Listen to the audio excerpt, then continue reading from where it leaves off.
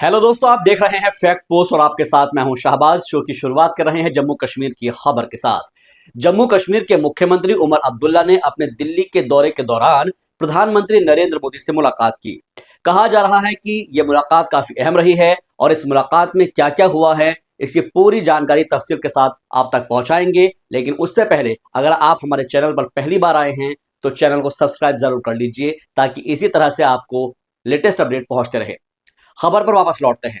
दरअसल उमर अब्दुल्ला ने इस मुलाकात के दौरान प्रधानमंत्री नरेंद्र मोदी को एक प्रस्ताव भी सौंपा है जिसमें केंद्र शासित प्रदेश यानी जम्मू कश्मीर को फिर से राज्य का दर्जा बहाल करने की मांग की गई है।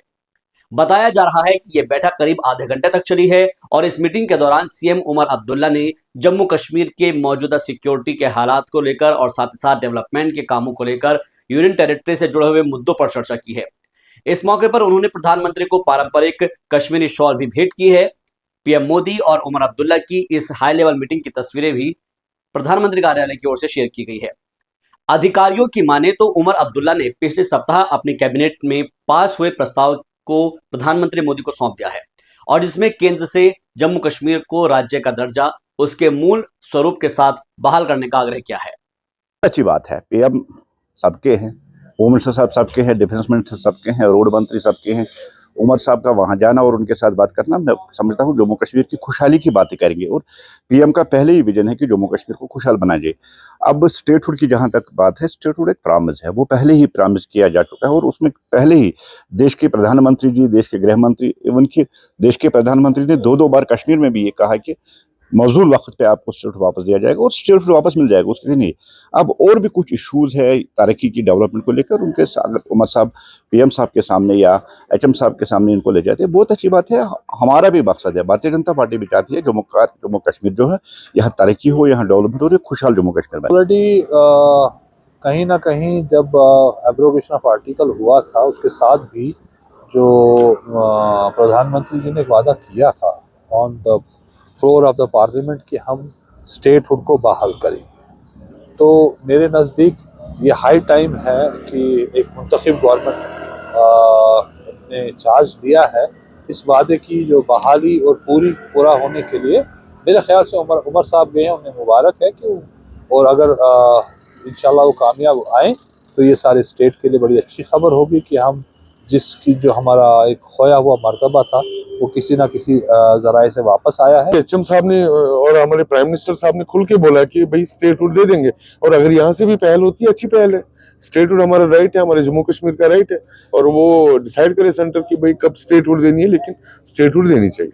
अपने दिल्ली दौरे के दौरान उमर अब्दुल्ला ने रक्षा मंत्री राजनाथ सिंह से भी मुलाकात की है और केंद्र शासित प्रदेश में बेहतर सिक्योरिटी के इंतजाम में सहयोग मांगा है ताकि विकास कार्यों को पूरा किया जा सके। इसको लेकर रक्षा मंत्री ने एक्स पर एक पोस्ट करते हुए लिखा कि नई दिल्ली में जम्मू कश्मीर के मुख्यमंत्री से मुलाकात की। प्रधानमंत्री नरेंद्र मोदी के नेतृत्व में एनडीए सरकार जम्मू कश्मीर की प्रगति के लिए उनके साथ काम करने को लेकर आशान्वित है।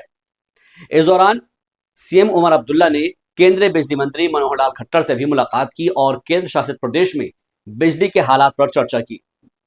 केंद्रीय मंत्री मनोहर लाल ने एक्स पर पोस्ट करते हुए लिखा कि ये शिष्टाचार मुलाकात है, जबकि इससे पहले उमर अब्दुल्ला ने केंद्रीय सड़क परिवहन मंत्री नितिन गडकरी से भी उनके दफ्तर में मुलाकात की और इस बैठक के दौरान उमर अब्दुल्ला ने नितिन गडकरी को जम्मू कश्मीर में सड़क से जुड़े हुए प्रोजेक्ट के बारे में जानकारी दी।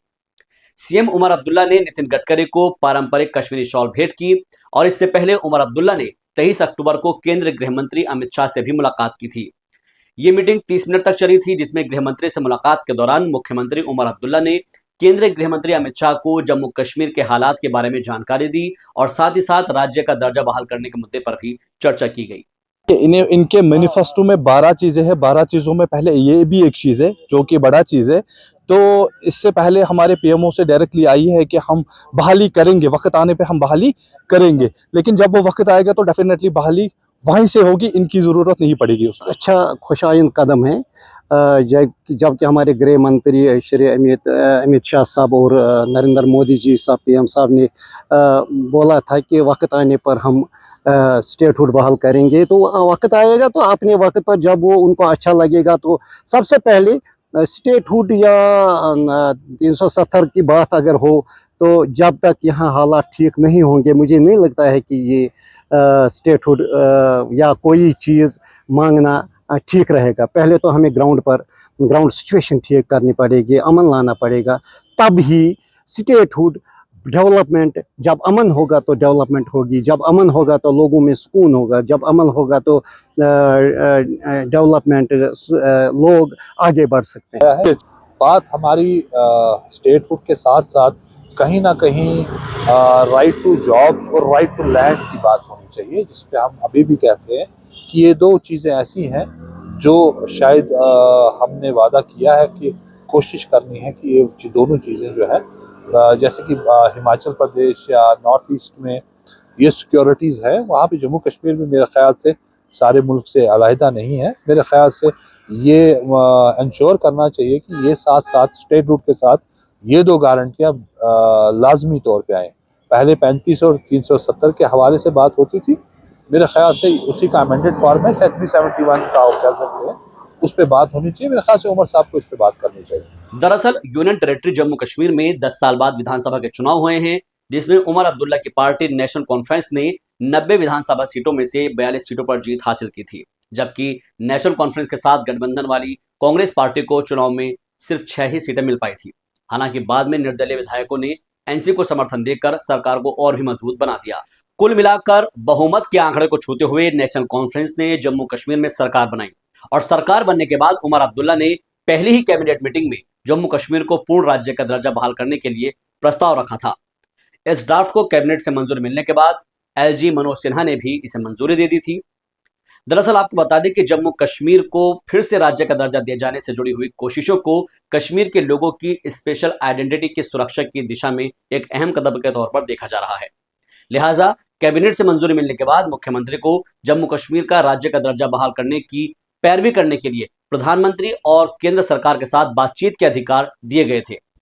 आपको बता दें कि 5 अगस्त 2019 को जम्मू कश्मीर में धारा 370 और 35(1) के खात्मे के बाद जम्मू कश्मीर और लद्दाख को यूनियन टेरिटरी बनाया गया था और जिसके बाद से जम्मू कश्मीर के लोग फिर से पूर्ण राज्य की बहाली की मांग कर रहे हैं।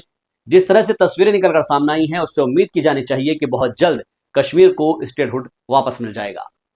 अगर आपको ये जानकारी अच्छी लगी है तो वीडियो को लाइक कर दीजिए, बेल आइकन पर जाकर चैनल को सब्सक्राइब कर लीजिए और कमेंट बॉक्स में लिख दीजिए फैक्ट पोस्ट।